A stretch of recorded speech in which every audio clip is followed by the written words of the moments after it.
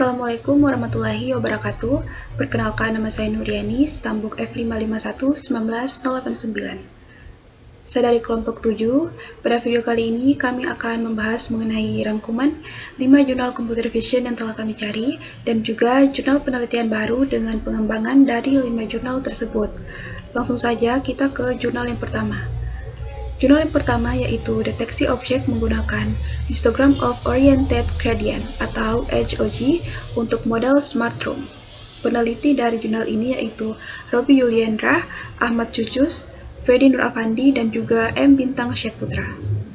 Salah satu konsep yang digunakan untuk membuat Smart Room atau rumah pintar pada penelitian ini adalah menerapkan konsep detection object untuk manusia. Apabila dalam sistem kamera terdeteksi objek manusia, maka semua aktivitas yang ada di Smart Room akan terotomatisasi. Histogram of Oriented Gradient atau HOG merupakan metode yang digunakan pada penelitian ini untuk mendeteksi keberadaan suatu objek atau human yang berfungsi sebagai feature descriptor suatu objek. Konsep kerja deteksi objek dengan algoritma HOG yaitu: pertama, image diinput melalui kamera. Selanjutnya, di algoritma HOG, image dikonversi menjadi image gray, dan kemudian dihitung nilai gradient yang terdapat pada image tersebut. Selanjutnya, pada tahap classification, menggunakan support vector machine atau SVM, yang berfungsi untuk mengklasifikasikan objek human dan bukan objek human. Kelebihan dari penelitian ini yaitu algoritma histogram of gradient atau HOG dapat digunakan dalam konsep Smart Room, yaitu sebagai inputan deteksi objek manusia. Jika sebuah ruangan terdeteksi adanya objek manusia, maka alat-alat elektronik akan menyala. Contoh pada penelitian ini yaitu lampu, LCD proyektor, dan juga AC. Sedangkan untuk kekurangannya, sistem ini tidak dapat mendeteksi objek jika pencahayaan minimum. Selanjutnya, jurnal yang kedua yaitu Human Detection menggunakan metode Histogram of Oriented Gradient atau HOG berbasis OpenCV. Peneliti dari jurnal ini yaitu Kusno Suryadi dan Supriyanto Sikumbang. Pengolahan citra untuk mendeteksi tubuh manusia menggunakan metode HOG berbasis OpenCV mampu membedakan objek manusia dan juga bukan manusia. Sistem ini juga akan melakukan proses record data berupa jumlah manusia yang terdeteksi dalam bentuk data dan juga jumlah manusia yang terdeteksi dalam bentuk data dan juga video. Cara kerja dari aplikasi Human Detection menggunakan metode HOG berbasis OpenCV ini adalah: input berupa video yang ditangkap oleh webcam dengan format file API akan dicacah menjadi frame-frame gambar yang kemudian diproses oleh HOG detection, sehingga diputuskan hasil pendeteksian apakah manusia atau bukan manusia. Hasil keputusan dari HOG detection akan ditandai dengan bounding box berbentuk persegi atau rectangle.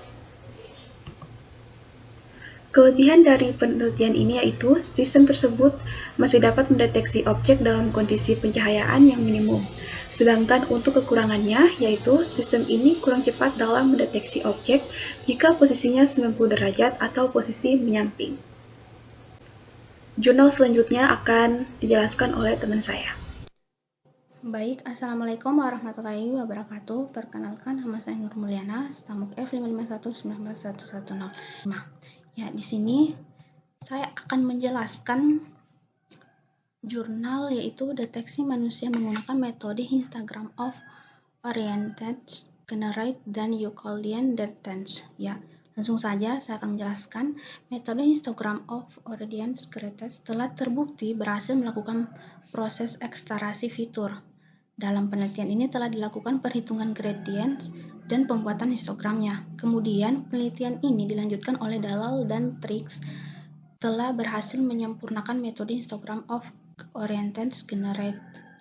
Fitur yang telah diperoleh dalam proses ekstraksi fitur di atas, kemudian proses selanjutnya yaitu klasifikasi dengan menggunakan metode Euclidean Distance. Maksudnya di sini metode Histogram of Oriented Gradient telah terbukti berhasil melakukan proses ekstraksi. Maksudnya ekstraksi ini akan pengambilan objek atau gambar dalam penelitian yang dilakukan perhitungan gradients dan pembuatan histogramnya. Kemudian setelah itu fitur yang telah diperoleh dalam proses pengambilan objek atau gambar, kemudian dia diproses selanjutnya yaitu klasifikasi dengan menggunakan metode Euclidean distance. Ya, dalam uji coba sistem deteksi manusia digunakan sebagai parameter acuan adalah hasil ekstraksi fitur.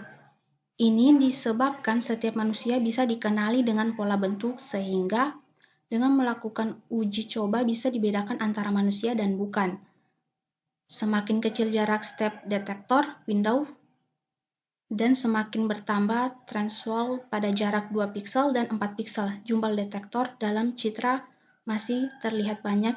Itu menunjukkan bahwa dalam 2 jarak piksel dan 4 piksel banyak terdeteksi oleh manusia.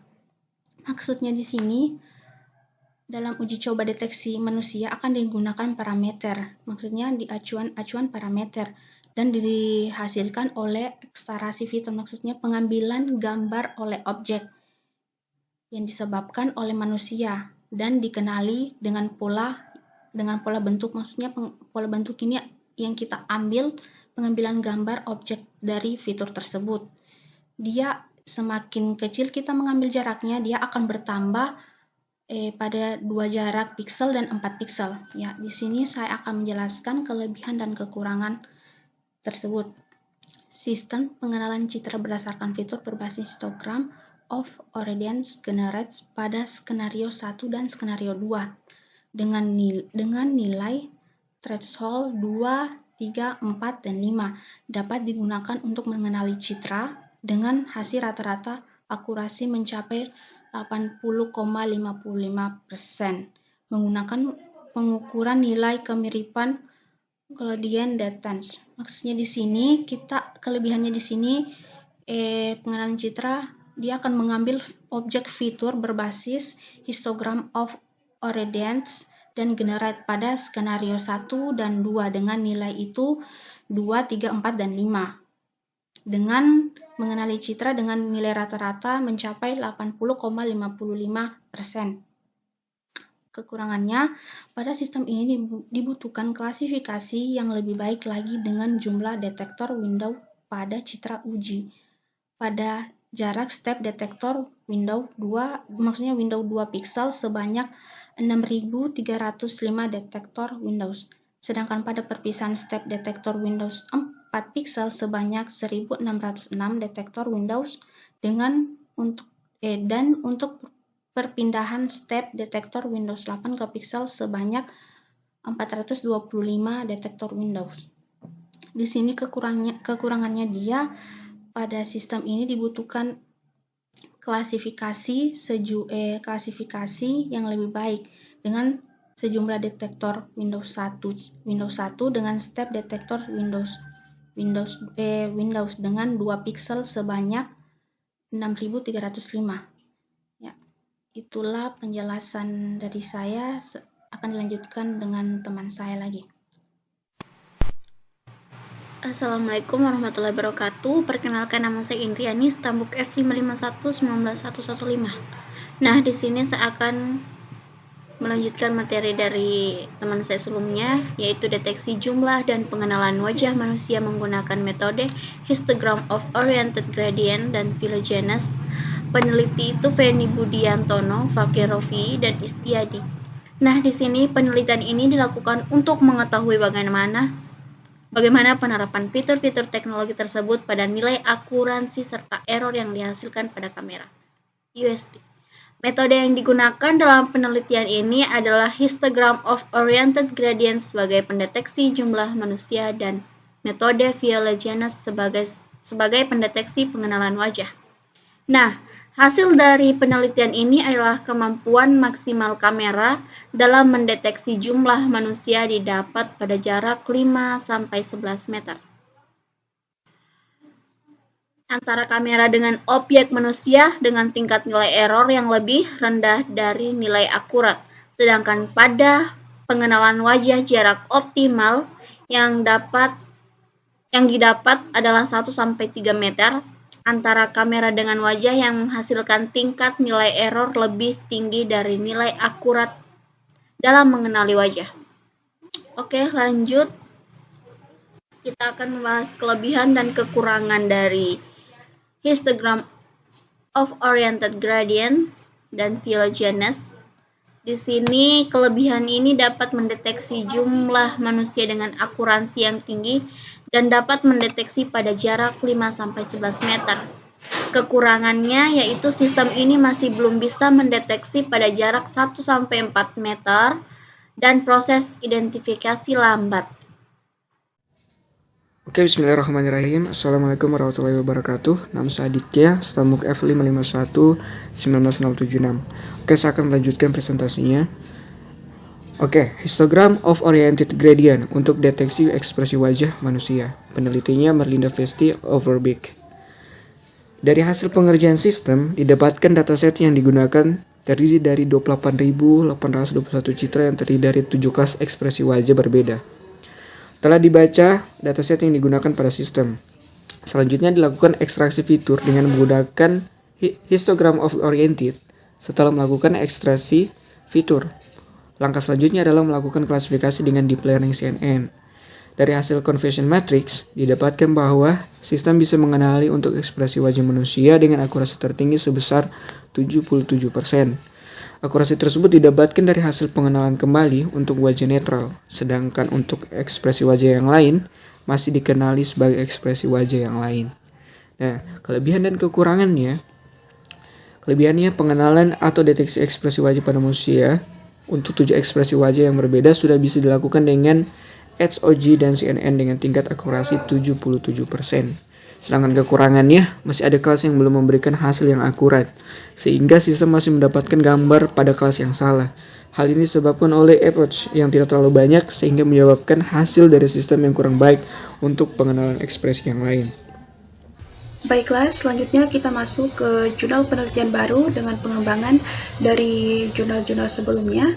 Di sini kami mengambil judul yaitu klasifikasi gender berbasis citra wajah menggunakan metode histogram of oriented gradients atau AOG. Baik, saya akan melanjutkan penjelasan yaitu dari teman saya. Pendahuluan. Gender merupakan salah satu atribut identitas yang dapat dikenali dengan melihat wajah seseorang atau Bruce et al. Tahun 1993. Bila diamati, kebanyakan pria memiliki ciri-ciri wajah yang berbeda dengan wanita. Bagian wajah seseorang terdiri dari berbagai atribut dasar seperti bentuk wajah, alis, mata, mulut, dan hidung, dan tekstur kulit. Aksesoris termasuk juga model rambut dan leher di sekitarnya. Di sini adapun gender yang kita kenali dari atribut identitas itu dia memiliki wajah, alis, mata, mulut, dan hidung dan tekstur kulit. Berdasarkan latar belakang yang telah disebutkan, penelitian tertarik dengan memilih penerapan metode Hoek dan CVM untuk analisis lebih lanjut pada citra wajah dengan melakukan analisis hubungan fitur Hoek pada citra wajah menemukan ciri-ciri yang membedakan wajah pria dan wanita. Sekian penjelasan dari saya, akan dilanjutkan dengan teman saya. Oke, lanjut ke metodologi. Ada beberapa alat dan bahan dalam penelitian ini yang dapat disiapkan. Alat bisa didapatkan dengan mempersiapkan lingkungan sistem. Nah, di sini ada Python 3.4 dan beberapa pustaka pendukung seperti NumPy, OpenCV, Phil, dan lain-lain. Nah, di sini juga ada diagram alir klasifikasi gender.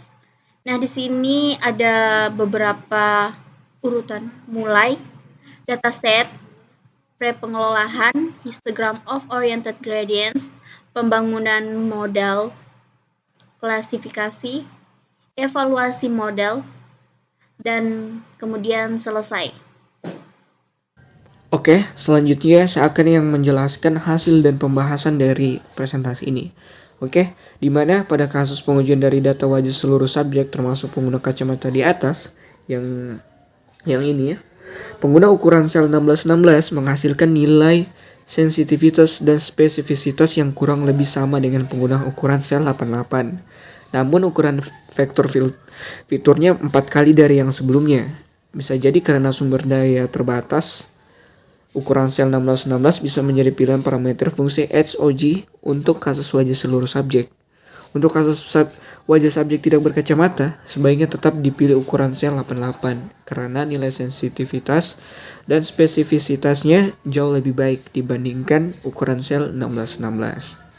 Oke, jadi kesimpulan dari presentasi kami untuk menguji hubungan fitur HOG bagian wajah dengan gender seseorang, suatu model klasifikasi dilatih untuk mempelajari fitur HOG dari bermacam-macam data citra wajah kelas pria maupun wanita. Pengujian dilakukan dengan beberapa fitur HOG yang variasi dengan mengubah ukuran sel, ukuran blok, dan jumlah bin. Perbandingan juga dilakukan pada dataset seluruh wajah termasuk pengguna kacamata dan wajah tidak berkacamata.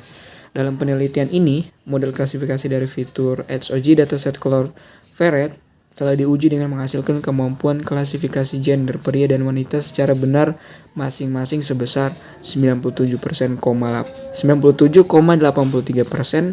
dan 95,92%. Oke, sekian dari presentasi kami. Semoga bermanfaat. Apabila ada kesalahan mohon dimaafkan. Wabillahi taufiq wa hidayah. Wassalamualaikum warahmatullahi wabarakatuh.